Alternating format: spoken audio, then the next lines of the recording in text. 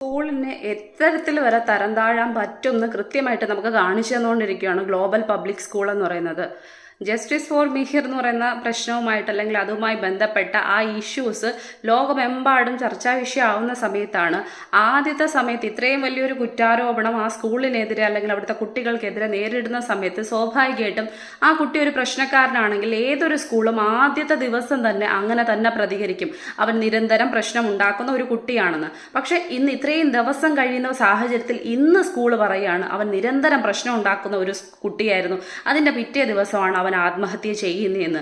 ഇനി രണ്ടാമത്തെ കാര്യം എന്ന് പറയുന്നത്, ഇന്നലെ ഒരു കൂസലും ഇല്ലാതെ വന്നിരുന്ന വാർത്താ സമ്മേളനത്തിൽ NOC 2011 ഉള്ള സ്കൂളാണെന്ന് പറയുന്നു. ഇന്ന് വിദ്യാഭ്യാസ മന്ത്രി തന്നെ പറയുകയാണ് അവരുടെ പ്രാഥമികമായിട്ടുള്ള അന്വേഷണത്തിൽ NOC ഇല്ല എന്ന് കൃത്യമായി കണ്ടെത്തിയിട്ടുണ്ട്. അപ്പം നിരന്തരമായി കളവ് മാത്രം പറയുന്ന കുട്ടികളെ ഭീഷണിപ്പെടുത്തിക്കൊണ്ടിരുന്ന മിഹറുമായി ബന്ധപ്പെട്ട പ്രശ്നങ്ങൾ പറഞ്ഞാൽ കുട്ടികളെ ഡീബാർ ചെയ്യുമെന്ന്. അപ്പം ഇങ്ങനൊരു സ്കൂളിൻ്റെ നിലനിൽപ്പ് വേണമോ വേണ്ടയോ എന്നുള്ളത് സർക്കാരും ബാക്കിയുള്ള ആൾക്കാരും തീരുമാനം എടുക്കേണ്ട ഒന്നാണ്.